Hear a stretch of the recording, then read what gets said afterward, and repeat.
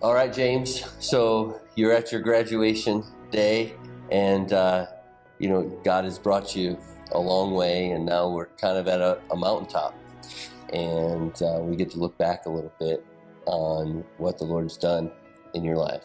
So why don't you share a little bit with me and all of us about the journey that you've been on and what the Lord's done in your life. I was born in Cartersville, raised in Kentucky most of my life, until 6th grade anyway. Growing older, my grandparents started getting sick, so we moved back to Cartersville, and I finished school out there. As a young teenager, I started losing family members. I lost my mom when I was pretty young, and that kind of sent me down the wrong road. I was already starting to get involved with the wrong crowd. I started messing with this drug and that drug because I was hurting. I didn't want to feel the pain anymore. And one thing led to another. Started using more and more drugs because it took more to numb the pain.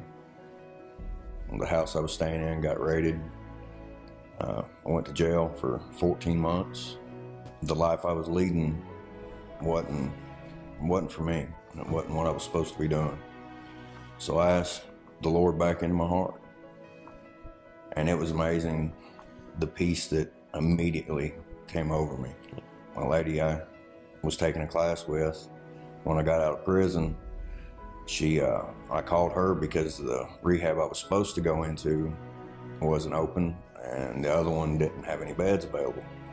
So she called Michael and the Freedom House and made a couple arrangements, and one thing led to another, and I came here to Newcastle. I remember when the day that James came to the house and seeing this guy and not knowing what to expect. And we welcomed men, of course, but we've had a lot of guys, and the house was kind of full at that time. But I thought, well, if he makes it, he makes it. If he doesn't make it, he doesn't make it. I hope he makes it. And it's not been an easy time. I didn't know what I was getting myself into. Had no clue whatsoever. I wasn't sure that James would graduate, frankly. It took a little while longer, but he really determined in his heart, I think, to knuckle down and apply himself and begin making some internal changes and some thought process changes. You guys showed me a love that I hadn't experienced in a while. It really made a difference in my life. Michael and Karen, they were like a mother and father to me right from the get-go. And it gave me that family aspect that I've been longing for a long time. I enjoy what I do there. I enjoy the discipleship program, the daily devotions, and just getting closer into the Word, more deeper into the Word. Some of the things that James has had to do to graduate from Freedom House is we have this book we call the Red Book, which is a basic study of the Gospel of John. He has to complete that, which he has, of course. Teaches guys about what salvation really is in the Gospel of John. Then they go through a couple of series of follow-up studies. He did a short course on what the Bible is all about. Every guy, when they come in, we start them on a 90-day through the New Testament reading plan.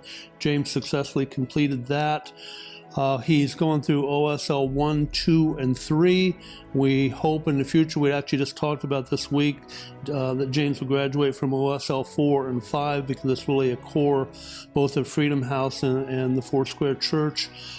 James has had to serve a lot while he's here, both at the God's Grain Bin. He serves at the church. We've got the clothing drive thing that we do. So those are some of the things that James has done and learned from and served in order to graduate from Freedom House.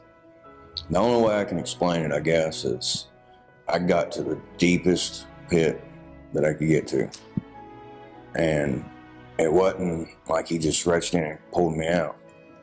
He gave me the tools I needed so I could build a ladder to climb out. Where I'm at in my life, I know I still got a road ahead of me. I've been given the chance I need to prove myself that I can do this. I can make it. Yeah, you can. I know I can. All right, so I've got, I don't know, call it 4 questions. All right. But all of them are one-word answers. All right. Question 1. If you had to describe Karen in one word, what would it be? Loving. All right. Question 2. Michael in one word. A father. All right. The new James in one word. Steady. And who Jesus is to you in one word. My Savior. You know, I'm an older guy. I won't see, I'll see the end of my life before I see the end of James' life. But I believe that someday we're going to meet in heaven, and I'm going to look back at James' life, and we're going to see that God has completed in him the work that he began while James was at Freedom House.